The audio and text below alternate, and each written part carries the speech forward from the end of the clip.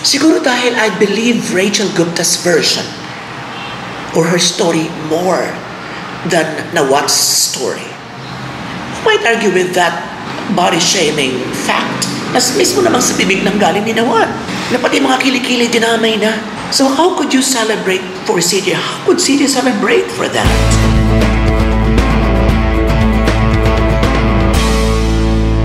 Hello there! Today, we're gonna talk about Miss Grand International, and it is an emotion-filled roller coaster ride ng mga main characters. Ano ba yung nararamdaman natin? Tayo ba natutuwa, naiinis, nakaasar, nagagalit, o nagsiselebrate? Pag-usapan natin yan, this is Pedro Bato, and stay there.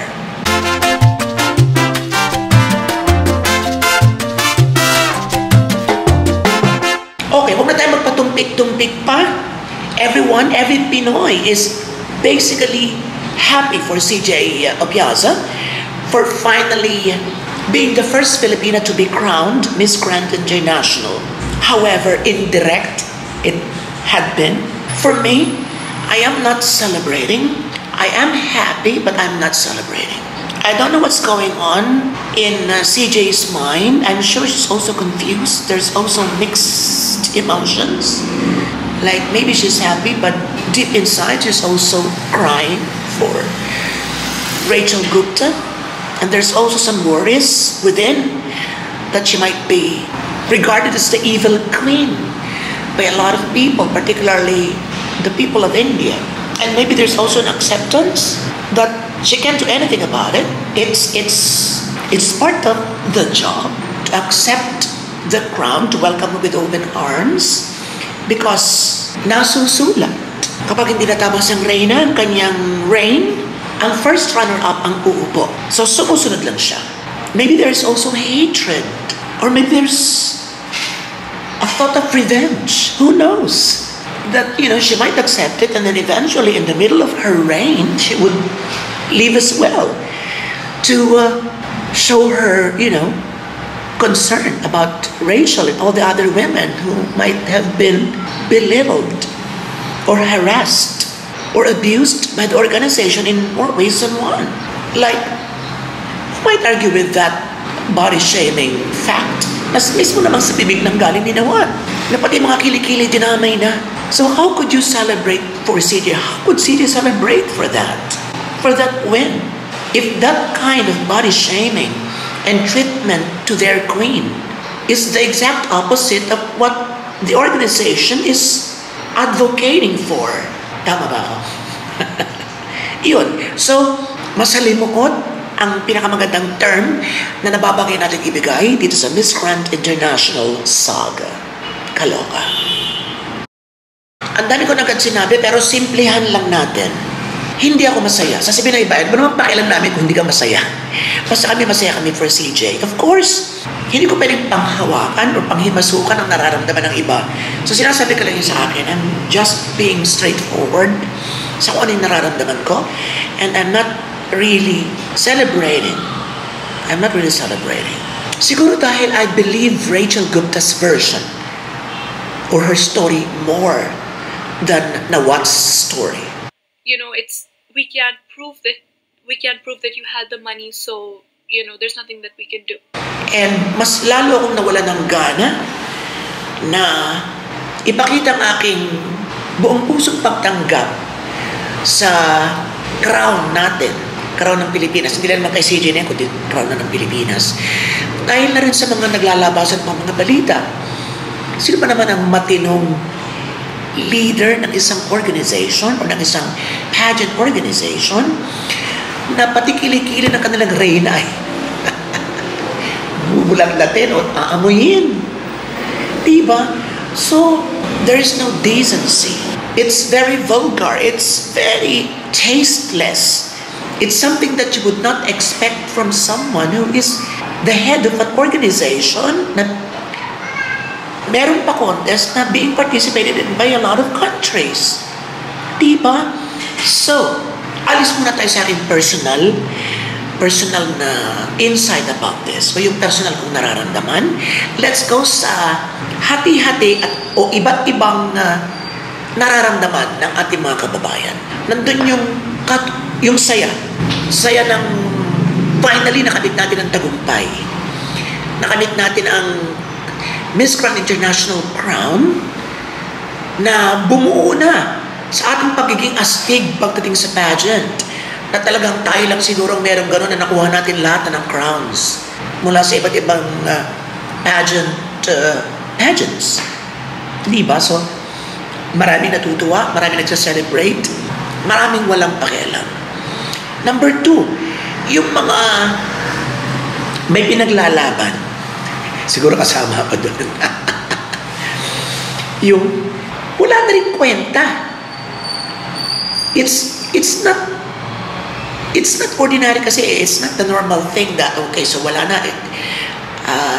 Dinethrone ang reyna, so umupo ng walang kaproblem-problem ang first runner-up. There's nothing wrong about that.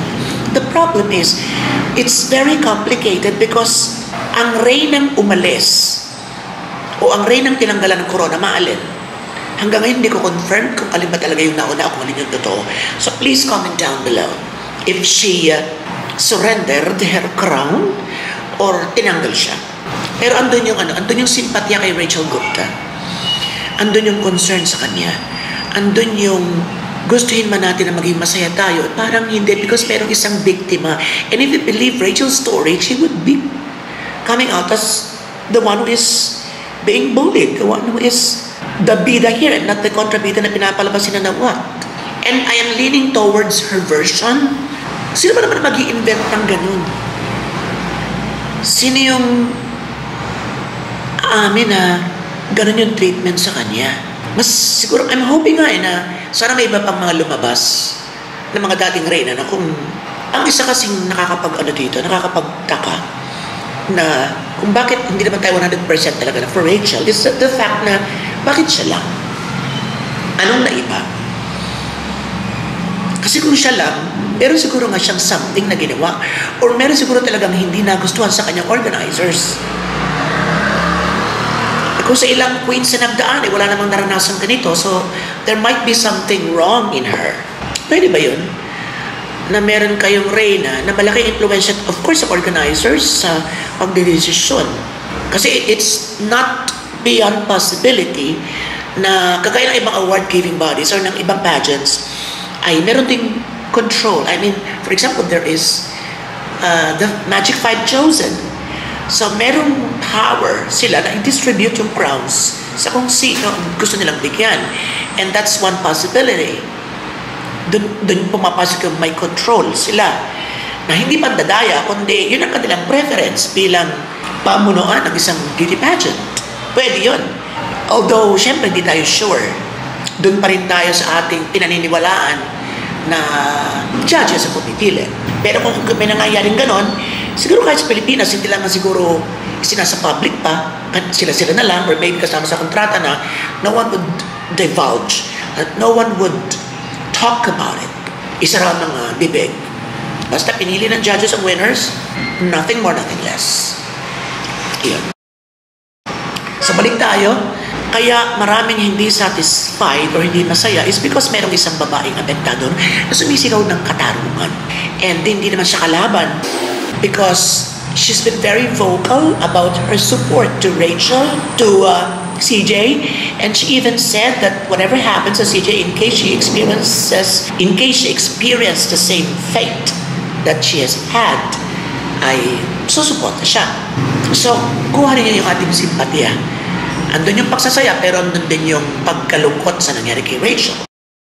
Number 3 ay hindi tayo masaya because galit tayo kay Nawat. Galit tayo sa organization. Yun ang sa iba na parang gagamitin ngayon ng Pilipinas. Of course, CJ would be receiving tenfold ng dapat ibigay sa reyna because they have to show to the world that what Rachel Gupta has been telling to all of us is pure lies. Na it's a lie. It's not true. Na sinisiraan lang yung organization. So, bibigyan nila ng bonggang-bongga itong si CJ. Di ba maniwala kayo? It would be the grandest. Eh, kita-kita na naman, di ba, sa pag-welcome sa kanya? Di ba? Reynang-reyna. Isang pagkaganda-ganda talagang show para sa pagbibigay sa kanya o paglilipat sa kanya ng crown. And that's just the start of all of this fancy recognition and celebration of CJ's reign na ibibigay ng organization para matakpan ng lahat ng kanilang mga pagkakamali in case there are. Napakaswerte ni Rachel ni CJ pagdating sa kanyang usapin. So, balik tayo dun sa akin. I don't see why there is a support for an organization which ridicules their queen, shaming her, attacking her, body shaming her. Asan yung delikadesang Pinoy? Asan yung pinapaglaban natin ng ating mga pageant organizations, hindi lang siguro sa Pilipinas kundi all over the world? Bakit natin susuportahan ang isang organization na harap-harapang nangihiyan ng reyna? Even if it's Rachel's fault, even if Rachel is telling something which is beyond reality, hindi dapat ganun yung retaliation, yung resback. Diba? So nakakawalang kinang yung corona na binigay kay CJ ngayon because sa todo support natin, wala na rin yung ating ipinaglalabang women empowerment chenes. Love and peace and respect to one another. Respect to these ladies who have given their all for the crown. Mga ganun-ganun, wala na yun. So, hindi ka masyadong makapagmalaki na I'm very proud for what CJ has achieved because yung sa ganun ng background. Di ba, what can you say about that? This is just my opinion. I'm very welcoming to your opinions. So hindi ko sinasabing tama ako, ito lang yung aking nararamdaman. You know what? While watching Rachel Gupta's videos before, waving to the crowd and being assisted to her seat and being one of the judges in some prestigious pageants in Thailand and then being the center of attention and then what was all smiles whenever he sees her and then as if she's really a great queen, as if everyone loves her, and then yun pala is just for the show na meron na pala siyang nararamdaman, di ba? Pang Netflix, di ba? So kinukurot yung puso ko dun sa katotohanan na yung ipinapakita sa harap ay meron palang masakit nang nangyayari sa kanyang loob, sa kanyang puso. Diba? It's heartwarming, it's heart-melting. I have so much concern about her well-being, about Rachel's mental health, and sana malusutan niya ito. And alam kong si CJ is also having that kind of emotional turmoil na, ano ba yan? Paano yung aking stand for equality, for empowerment, for no bullying, Janice. Tapos I accept this and then ang isa pa rito is CJ gave her all when it comes to her emotions, you know, in showing to the world how grateful she is, how humbled she is, how happy she is to finally get this crown for the Philippines. Na parang sasabihin ng iba sobra, na parang sasabihin ng iba na dapat hindi ganun, na sasabihin ng iba na dapat hindi siya masyadong magpakita na talagang atat siya na because may isang affected na girl. So, alam mo yun, may mga ganong moments na maiisip mo rin yun. That's why hindi tayo talaga maka 100% ng support. Of course, we love CJ and she really deserved that win. Kaparan ni Rachel. I think Rachel was, in my mind, during the pre-finals ng Miss World International last year, alam kong malakas ang gusto na siya mananalo. Pero with CJ's performance, pwede rin siya manalo noon. That's why, no question na kung mawala ang patanggalan ng corona si Rachel, deserving siya na susunod. It's not just about the rules, it's about her performance. Talagang todo bigay. Yun nga lang, ayaw natin na may naapi. And sobrang grabe yung mga nangyayari. Sobrang na grabe pa. Oh my God. So, I am excited to know your own insights about this, and babasahin po natin later. And I'm looking forward to hearing more about this brouhaha, about this controversial issue. So nakatutok po tayo dyan. Just stay tuned, and there will be more from yours truly, Romato. So thank you very much, and see you again.